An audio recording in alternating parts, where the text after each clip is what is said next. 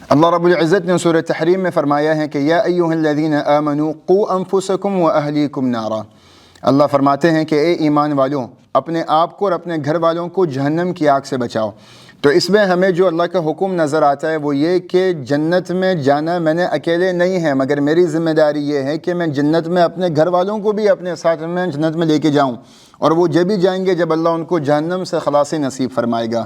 اور جہنم سے خلاصی میرے گھر والوں کو جب بھی ملے گی جب وہ دنیا میں اللہ اور اس کے نبی مصطفیٰ صلی اللہ علیہ وسلم کے بتائے ہوئے طریقے پہ عمل کریں گے۔ اور اگر وہ ایسا نہیں کریں گے تو قیامت کے دن میں تو نہیں پہچانوں گا۔ یوم یفر المرء من اخیہ، قیامت کا ایسا ہولناک ماحول ہوگا کہ بیٹا ماں کو، ماں بچوں کو، بھائی بھائی کو، شوہر بیوی کو، بیوی شوہر کو، کوئی کسی کو نہیں پہچانے گا۔ لِكُلِّ امْرِئٍ مِّنْهُمْ يَوْمَئِذٍ شَأْنٌ يُغْنِيهِ، ہر بندہ اپنی جان بچانے کے چکر میں ہوگا۔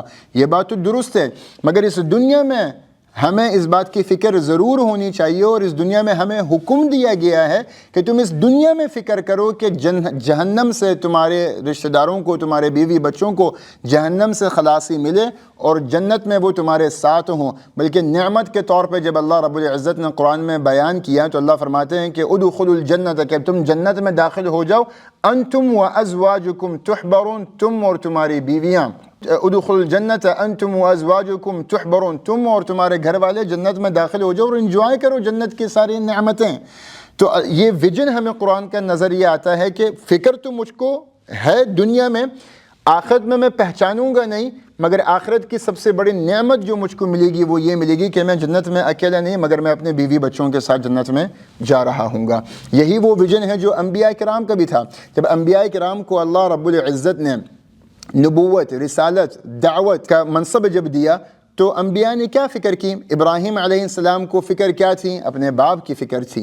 وَإِذْ قَالَ إِبْرَاهِيمُ لِأَبِيهِ آزَرَ، وہ آزر اپنے باپ کو دعوت دے رہے ہیں۔ نوح علیہ السلام کو کیا فکر تھی؟ اپنی اولاد کی فکر تھی، اپنی بیٹی کی فکر تھی۔ کیا نوح علیہ السلام نے اپنے بیٹے کو کیا کہا؟ قال یا بنی ارکب معنا ولا تکن مع الکافرین، تم کافروں میں شمار مت ہونا۔ قال سآوی الى جبل یعصمنی من الماء قال لا عاصم اليوم من امر اللہ الا من رحم وحال بینہما الموج فکان من المغرقین۔ نوح علیہ السلام اپنے بچے کو کہہ رہے تھے کہ آ جاؤ کشتی میں آ جاؤ اور کافروں کے ساتھ شامل نہ ہو، تم کافروں سے شامل ہو جاؤ گے تو پھر تم غرق ہو جاؤ گے۔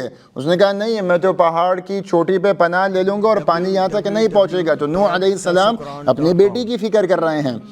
اسی طریقے سے ہم لوط علیہ السلام کو دیکھیں، وہ اپنی بیوی کی فکر کر رہے ہیں، اور تمام انبیاء اپنی اولاد کی فکر کر رہے ہیں۔ تمام انبیاء اپنی اولاد کے لیے دعائیں کرتے تھے۔ وہ صرف اپنے لیے نہیں، اپنے صرف قبیلے کے لیے نہیں، اپنے قبیلے، اپنے رشتہ دار، اپنی اولاد، اپنی بیوی بچے سب کی دعوت کی فکر کرتے تھے۔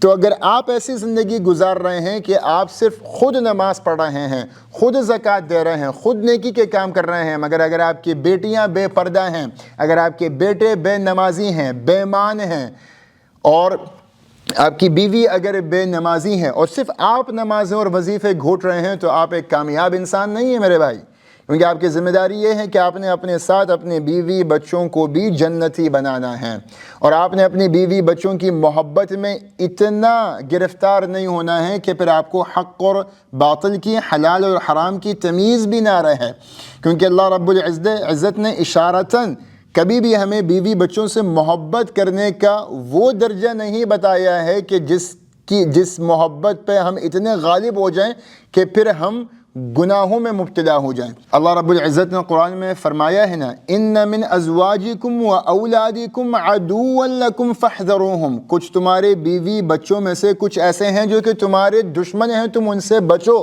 کیسے وہ تمہارے دشمن ہیں؟ کیونکہ وہ تمہیں نیکی سے ہٹا کے تمہیں برائی کی طرف مجبور کر دیتے ہیں۔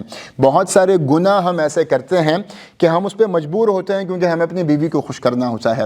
بہت سارے گناہ ہم اس وجہ سے کرتے ہیں کیونکہ ہمیں اپنے بچوں کو خوش کرنا ہوتا ہے، ہمیں ان کو انٹرٹین کرنا ہوتا ہے، اور ان کی انٹرٹینمنٹ کے چکر پہ ہم حلال کمانا بھی چھوڑ دیتے ہیں۔ ہم بیوی بچوں کا پیٹ بھرنے کے لیے حرام بھی کما رہے ہوتے ہیں، رشوت بھی لے رہے ہوتے ہیں، دھوکہ بھی دے رہے ہوتے ہیں، خود بھی گناہ کر رہے ہوتے ہیں۔